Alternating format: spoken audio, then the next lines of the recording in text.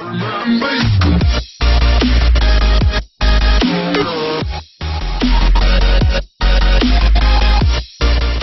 Yorkers by the thousand, representing myriad backgrounds and faiths, converged on Times Square on Sunday, heeding a music mogul's calls to let Muslims know their fellow Americans stood by them.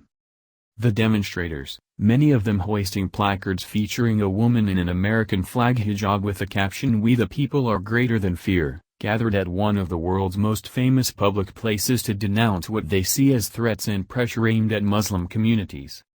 The rally, dubbed "Today I Am a Muslim Too," was billed on social media as a day of solidarity with our Muslim brothers and sisters in reaction to the vicious attacks by President Donald Trump.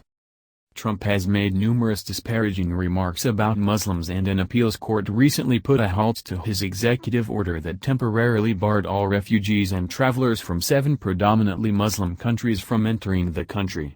Trump has vowed to issue a new order tailored to the court's decision.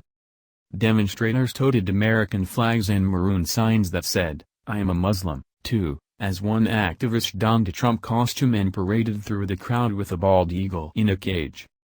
In 45 minutes, they were Americans. The list of speakers was extensive, according to the program.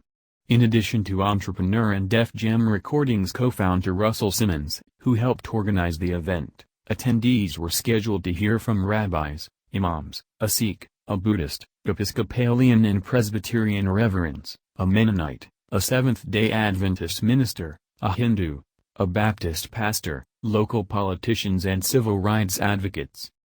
Actor Susan Sarandon and New York Mayor Bill de Blasio also spoke, and former first daughter Chelsea Clinton tweeted that the rally marked her 2-year-old's first protest. Simmons, no stranger to activism, told those at the rally to focus on how Trump, his one-time friend, had unified the people in attendance. "We won't speak too harshly of him today. We want to thank him for bringing us together," he said. He decried those who would demonize Muslims as terrorists when, in fact, Muslims have been the victims of terrorism and stand as allies in the fight against extremism.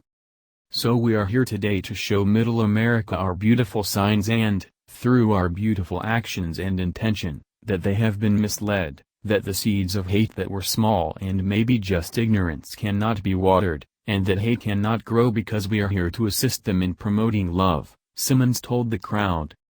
Brooklyn-born Palestinian-American activist and commentator Linda Sarsour noted that Sunday marked the 75th anniversary of President Franklin Roosevelt's Executive Order 9066, which paved the way for the internment of Japanese, German and Italian Americans. She asked those in attendance to commit to being part of the true never-again generation.